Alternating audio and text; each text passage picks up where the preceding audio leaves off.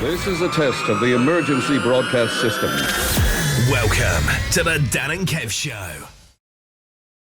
Yeah, thanks for coming on the Dan and Kev Show. I am, of course, Dan.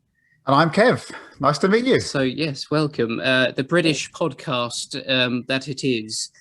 We know that you've obviously been on lots of American podcasts and things, but there has been one in particular.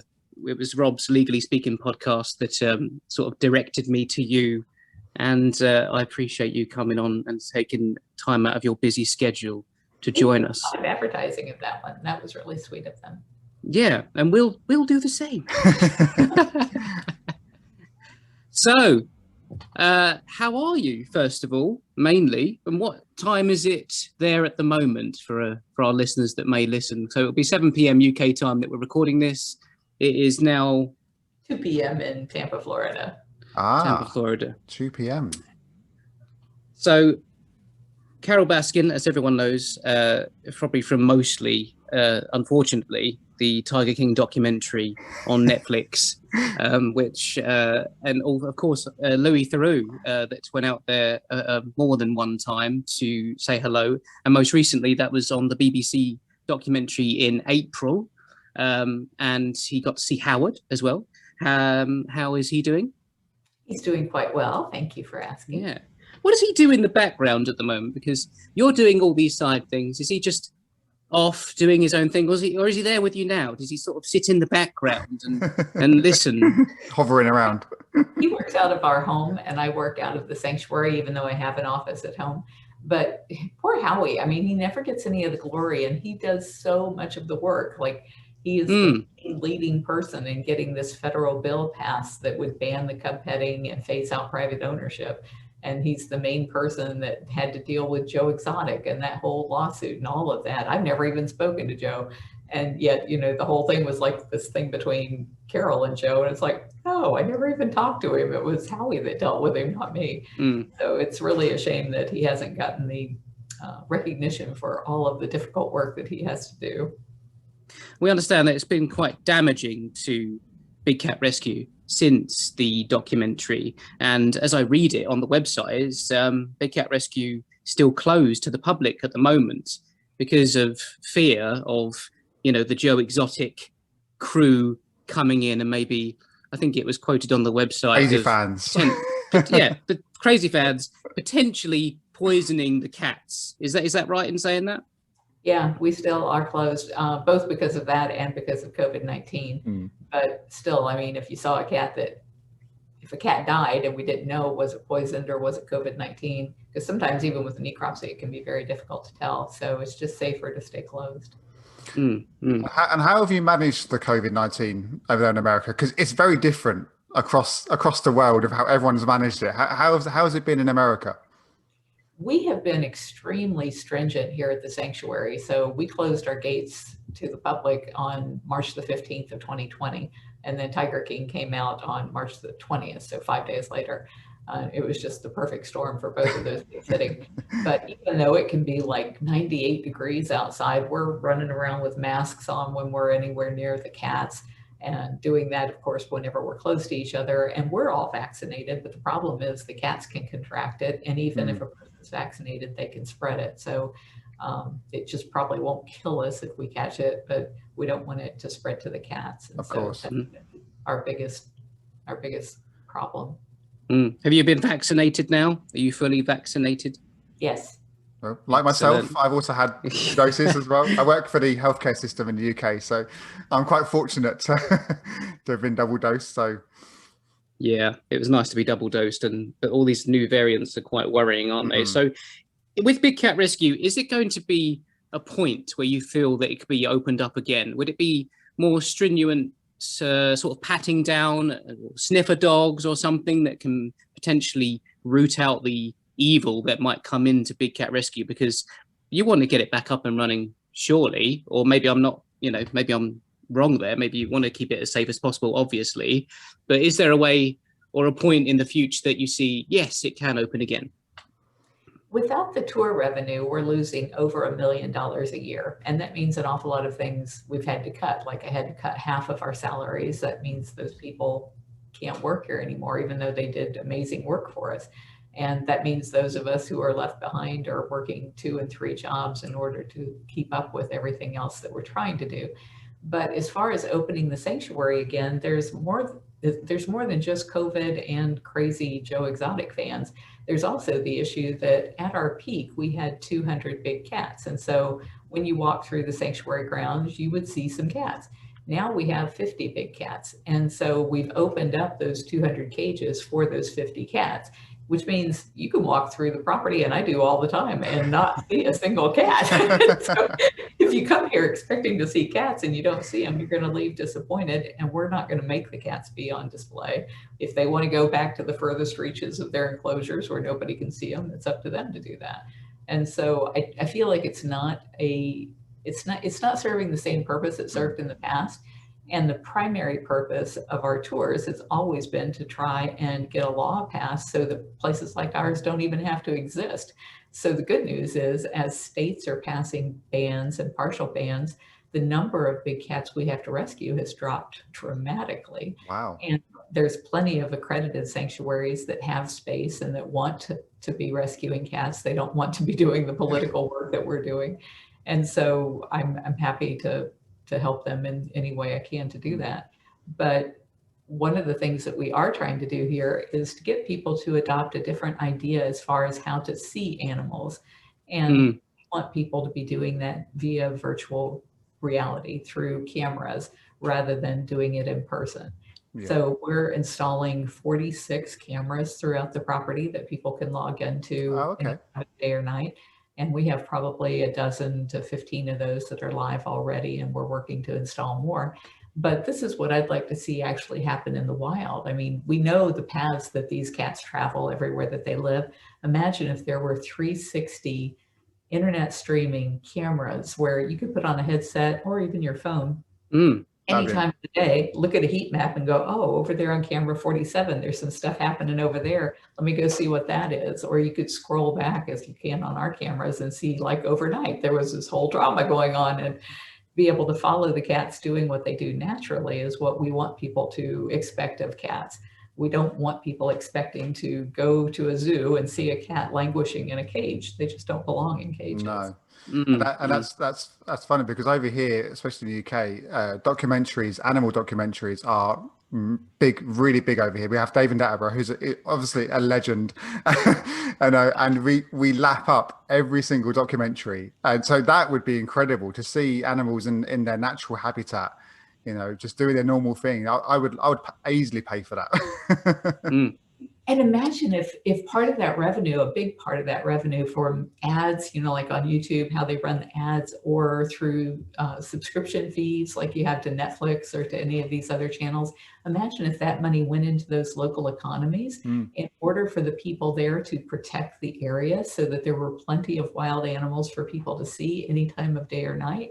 Then they have a higher level of income. They don't have to burn the forest down in order to have warmth at night. They can do it through other methods, and they can protect those natural resources that we all want to enjoy. Absolutely. So I looked on the website as well, and you can do webcam views of the big cats and other cats at the moment.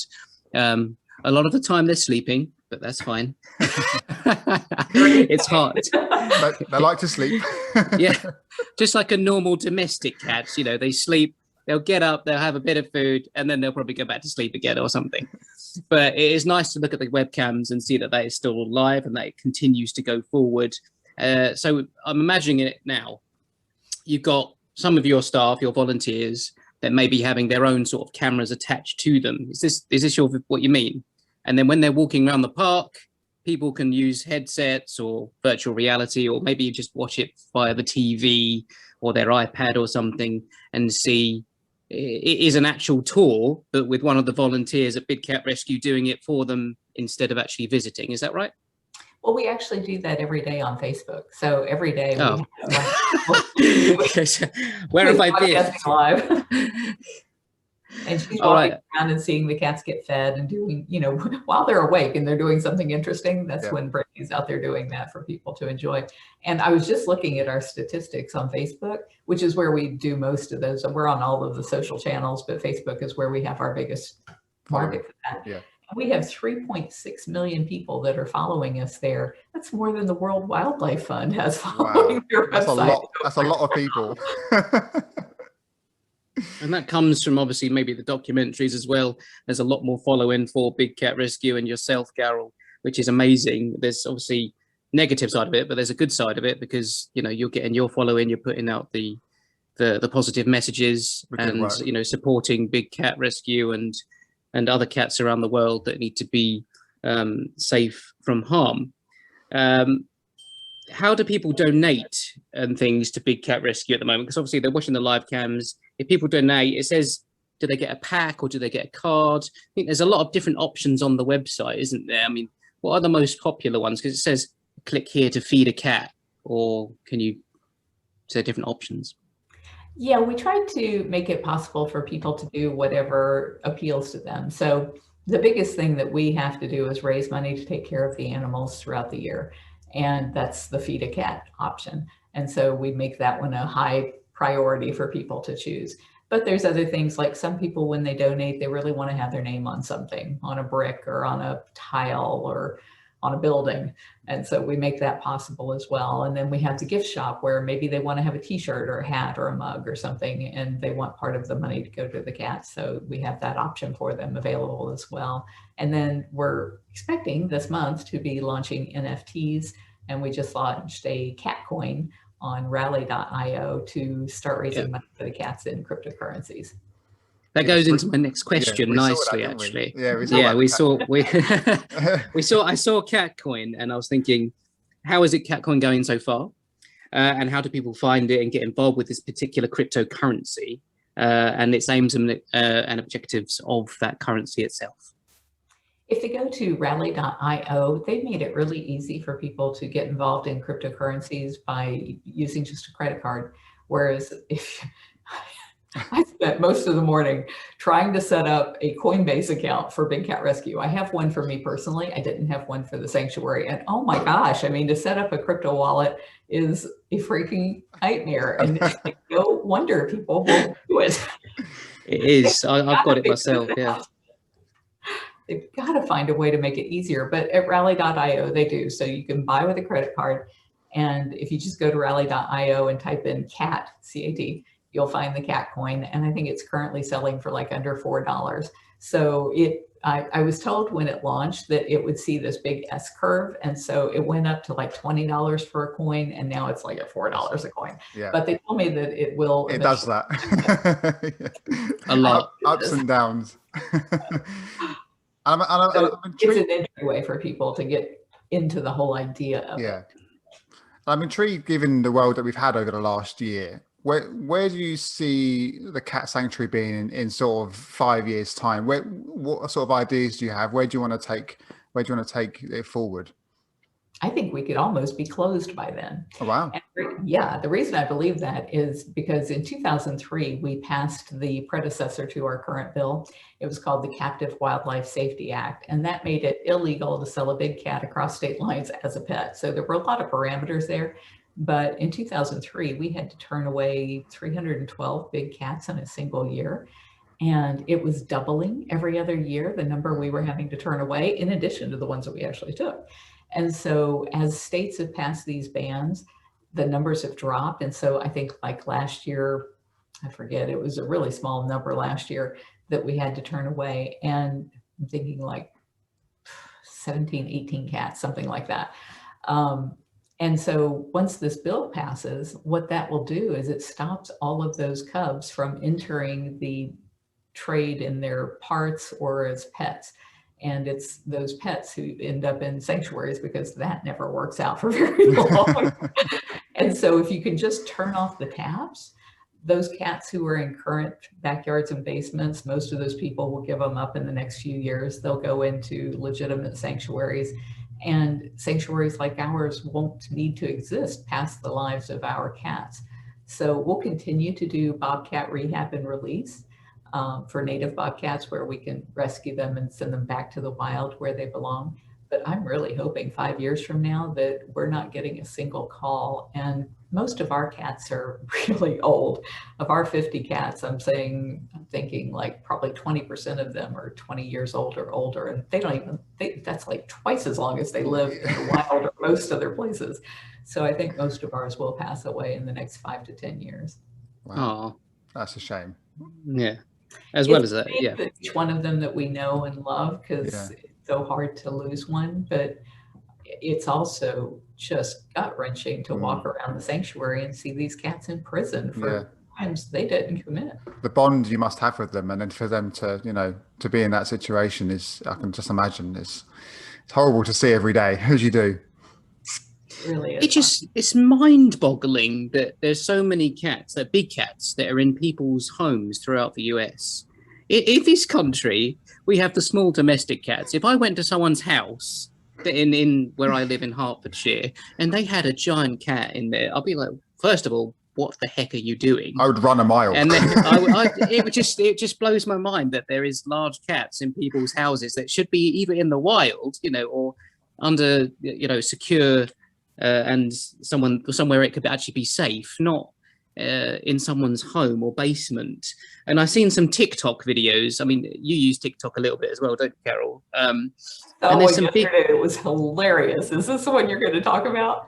That woman no. About the tiger? Oh my gosh. Do you know what? I haven't. I'm going to watch that now. Yeah, we need to watch that. I'm just thinking of other TikTok users. There's one on there. I don't know if it's a bobcat or something. It's quite a light coloured one, but it hisses all the time. They hiss. Constantly. Yeah, it brings out like a raw chicken, a chicken leg or a chicken breast or whatever. As soon as they get it, it's and then, I'm doing the complete impressions here. It's bad, Dan, yeah. Their ears go back and they're like, now, that would just scare me because it's such a large cat. And if it grabbed you in a way that it grabs the chicken, that's it. I think I'd be forever scarred and probably could kill you, couldn't it? I mean, you must have had a few close shaves in the big cat sanctuary yourself or your staff. Yeah. And, we get calls all the time from people saying that they've seen they always think it's a tiger in their backyard. It's like, no, it's not a tiger. If it lives in Florida, probably, maybe. If it's in Texas, it could be a tiger. But here it's usually a bobcat. And this one lady was like, I just know this was a Florida panther because it killed a deer on my security camera. And so I watched the security footage and it was like a 20-pound bobcat took down a deer. And wow. It was like, geez, that was about the most vicious thing I think I've ever seen. They are so strong. We are very tame in the UK. We don't have anything like that running around. At most we have is a deer. You might see a deer randomly on the motorway, the highway, as in America, but that's about it. You might have the odd venomous sort of grass snake maybe, but that's it. That's all we have over here. Very, very tame country. Yeah. You guys fixed your problem back in the 70s. I mean, you made it illegal for people to have them as pets back then. Yeah. If we had followed suit back then, we wouldn't be in this mess that we're in. And I think that this mess that the U.S. has created is actually causing the extinction of the tiger in the wild because it creates a legal smokescreen for all of the illegal activities of poaching. So the entire world needs to get on our case to clean up our freaking act before we lose the tiger in the wild completely for everybody. Yeah, 100%. It's so sad seeing it on the documentaries when their habitat's just being taken from them. The woods are being burned down. They've got nothing left. It's just so sad to see. So global warming, obviously, as well, is having a huge impact on the world. So I really hope we can make some change, and we need to do it now, don't we? Really? Oh yeah. I mean, I don't think the tiger has more than 5 years or so left before they're just completely gone. And so we have to get this bill passed this year. Fingers the bill crossed.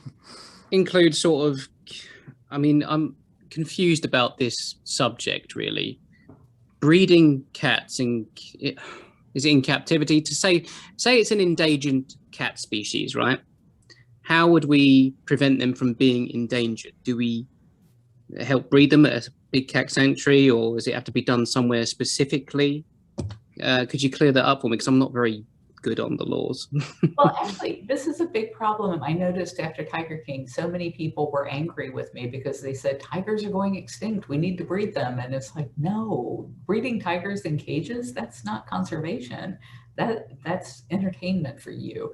None of those cats are ever going to go free and never could go free. They tried a few in Russia, where the cats either were taken from the wild very young because they lost their mother and they tried to reintroduce them to the wild. And of course, first thing they do is get in trouble with people because they've been imprinted on people. And so the only way we save these animals is to save the habitat where they live. And that's why I think the idea of cameras everywhere that brings that money into those local economies so that they want to protect those areas is the only way we're going to do it. As far as keeping a cat in a cage so that your grandchildren can see a cat in a cage, that's not conservation. That's just a way for you to spend a Sunday afternoon, saying that you're doing something for conservation. And that's how we got into this mess. 200 years of that kind of thinking got us where we are. 200 years that zoos have been around. And what we needed to be doing during that time was figuring out a symbiotic way for us to share this planet with these animals where they do their role in nature to keep our ecosystems intact. So all of these cats that are currently in cages, there are some purebred subspecies that are in about 200 zoos in the US, and I don't know how many you guys have in the UK, but none of the people that you saw in Tiger King, none of those are purebred cats. So it's like breeding mutt dogs, you wouldn't do that, take a dog to a dog show. Same thing with the tigers.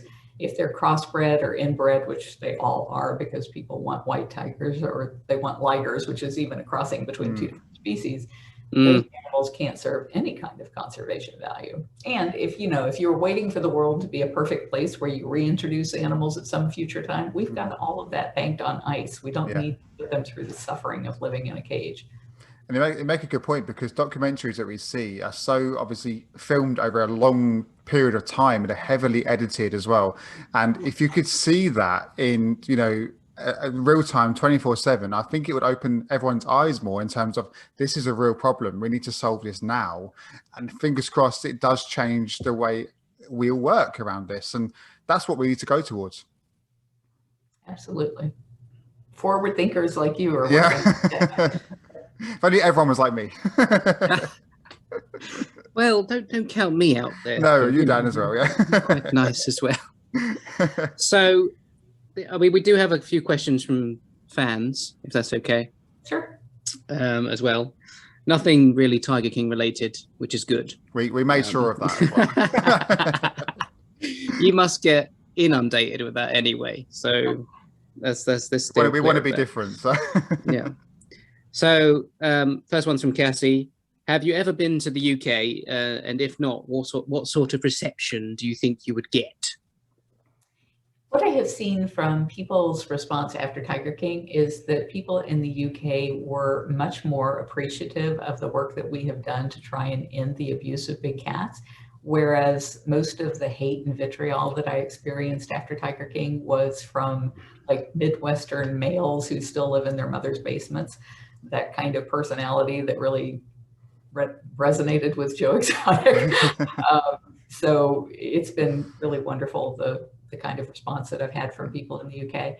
But as far as being there, I actually traveled to Paris, back in the 80s. And that's the last time I've been abroad. Wow. Oh, wow. That's been a while then. On that side of the pond. I went to Mexico. Long overdue then, a trip maybe over here at some point. When travel opens up. Yeah, of course, yeah. Another question we have from our good friend Harry is, if tigers did not exist, what other animal would you make it your mission to save? Whenever I say tigers, I'm actually referring to all of the exotic cat species.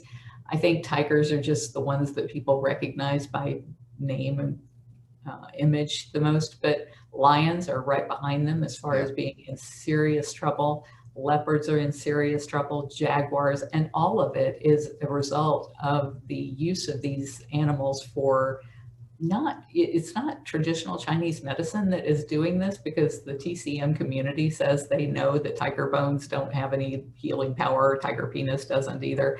but it's because it has become a part of the culture in Asia to use these products as luxury gifts, especially when you're gifting a bribe to an official to give them some kind of a tiger derivative or product. And so that pressure on the tiger has completely exterminated all of the tigers in China.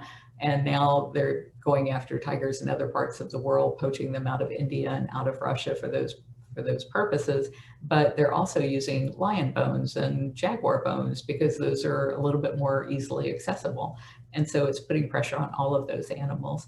And then if you look at, we'd give over $100,000 a year to conservation efforts around the world, and probably 85 to 90% of what we donate is to the smaller cat species, like the Scottish wildcat or the black-footed cat or the jungle cat, little tiny cats that nobody's ever heard of, because they all serve a really important role in their ecosystems. And when they go, they're the umbrella species. And so the entire ecosystem just collapses underneath them, because if you don't have predators eating the herbivores, they eat all of the trees and everything so that they can't grow. They eat them off when they're really little and munchy.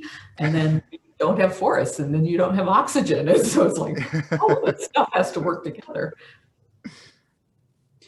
Well, yeah, I should have booked longer, shouldn't I? It's time flying. It goes so quick. It does. We've got a few more questions for you, Carole. Thank you. That's fine. One being from me. I mean, we sort of touched on it really a minute ago. It's from Lauren Ray. How has everything been since the documentary on Netflix? Any changes? I mean, we did touch on that a little bit, obviously, with the Big Cat Sanctuary being closed. I mean, anything significant changing for you specifically, Carole? You know, everywhere that I went in public here locally, people knew Big Cat Rescue. And it's so funny because people are like, oh, wow, you're famous now. I was like, well, I thought we were famous because I can't go to the grocery store. None of my people could ever go anywhere wearing a Big Cat Rescue logo, because people will stop us everywhere we go and just be thrilled about Big Cat Rescue and wanting to talk about cats and saving cats. And so, you know, my crew is like, you know, they keep an extra shirt in the car just so they can go into places without people wanting to talk cats with them. And it's not that they don't want to talk cats. It's just sometimes you got to get work done.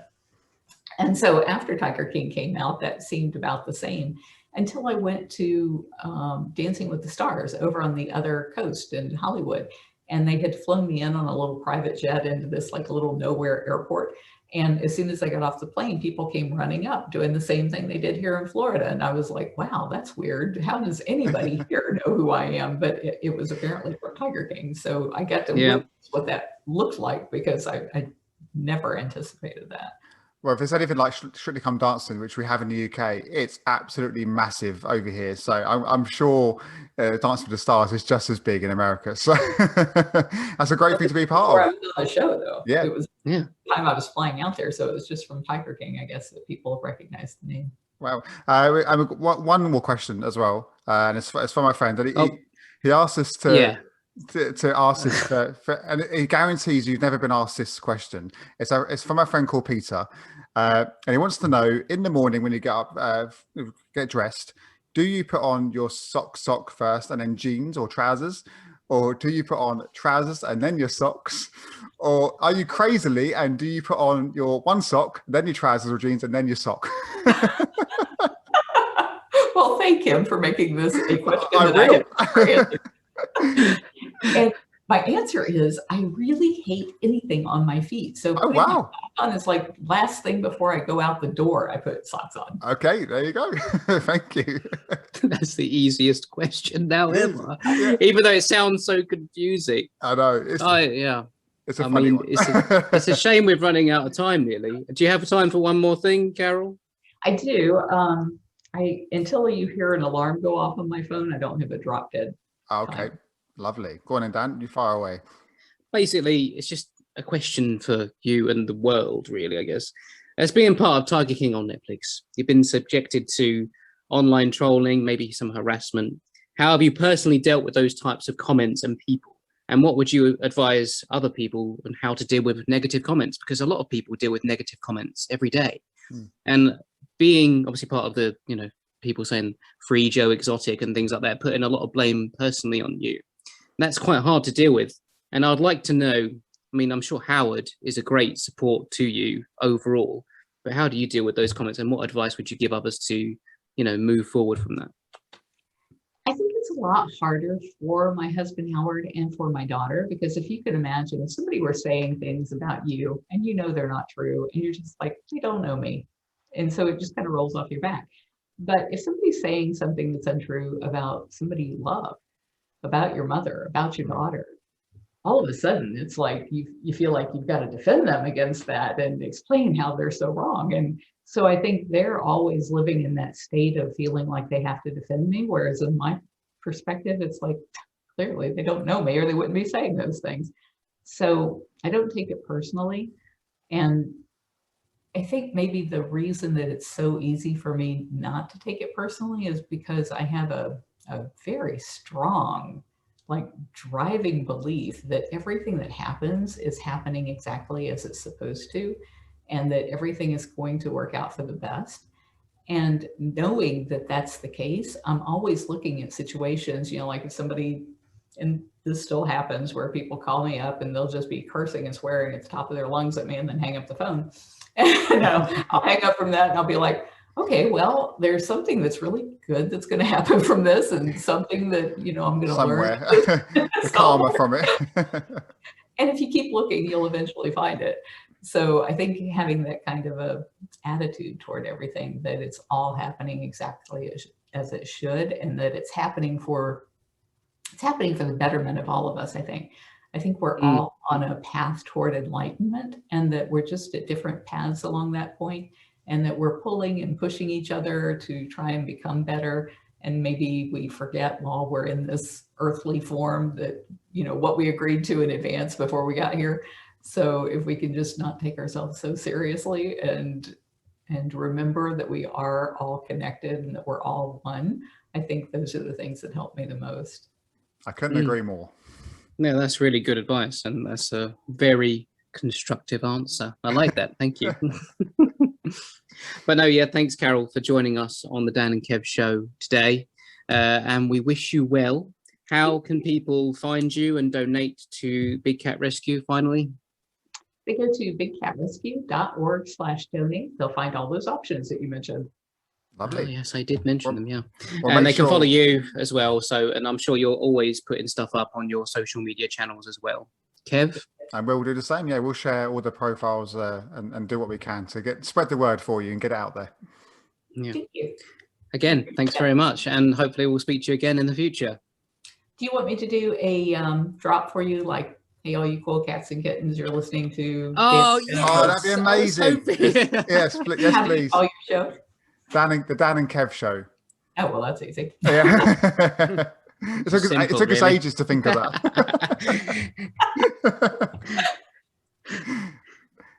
Hey, all you cool cats and kittens, it's Carole Baskin from Big Cat Rescue, and you are listening to the Dan and Kev Show. That's Thank fantastic. you very much. Thank you so much, Carole. It's been a pleasure. Yeah. Say, kids, what time is it? You've been listening to the Dan and Kev Show. Número 1. Treating your ears.